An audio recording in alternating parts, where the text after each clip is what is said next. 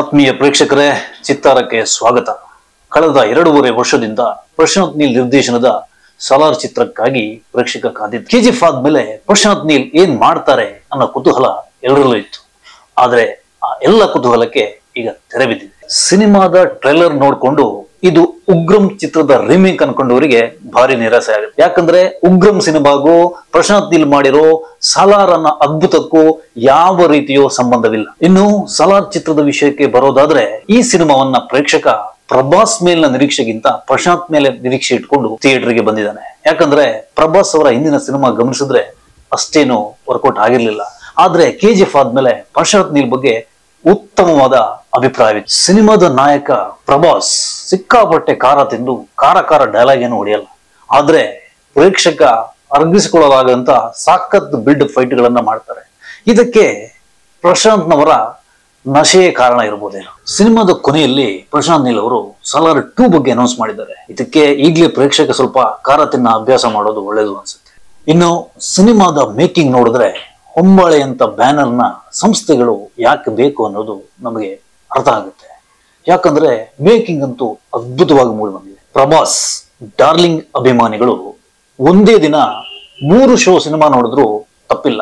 ಯಾಕಂದ್ರೆ ಪ್ರಶಾಂತ್ ನೀಲ್ ಈ ಸಿನಿಮಾದಲ್ಲಿ ಪ್ರಭಾಸಿ ಕೊಟ್ಟಿರೋ ಎಲಿವೇಶನ್ ಆ ಮಟ್ಟದಲ್ಲಿದೆ.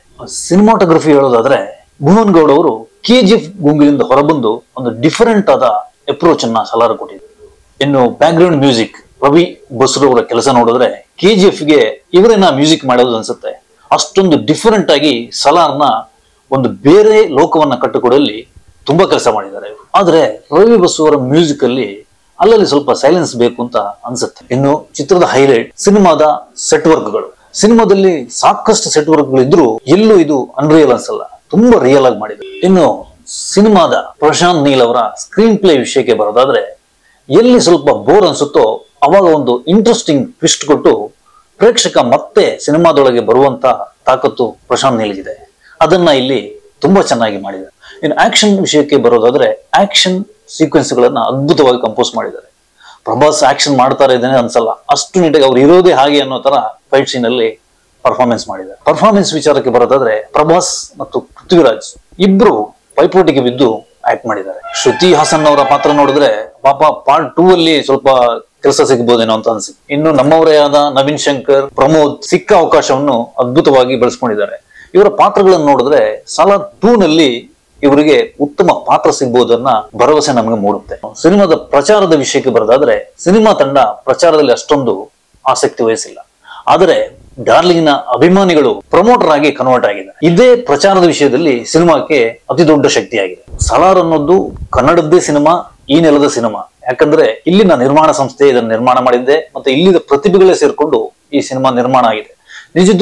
ನಿಜಕ್ಕೂ ಇದು ಕನ್ನಡಿಗರ ಪಾಲಿಗೆ ಒಂದು ಹೆಮ್ಮೆಯ ಚಿತ್ರ. ಬೇರೆ ಬೇರೆ ಭಾಷೆಯ ನಿರ್ಮಾಣ ಸಂಸ್ಥೆಗಳು ಪಾನ್ ಇಂಡಿಯಾ ಸಿನಿಮಾವನ್ನು ಮಾಡುವ ರೀತಿಯಲ್ಲಿ ಇವತ್ತು ಕನ್ನಡದ ಒಂದು ಸಂಸ್ಥೆ ಪಾನ್ ಇಂಡಿಯಾ ಮಟ್ಟದ ಸಿನಿಮಾವನ್ನ ಮಾಡಿದೆ.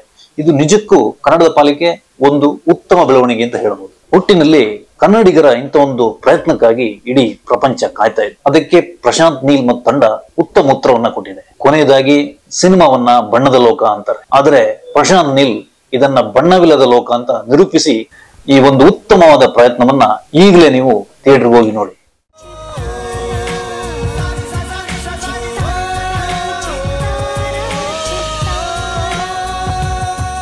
ಕನ್ನಡಿಗರ ಮನೆ ಮಾತಾಗಿರುವ ಸಿನಿ ಪತ್ರಿಕೆ ಚಿತ್ತಾರ, ಕರ್ನಾಟಕದ number 1 readers choice entertainment magazine.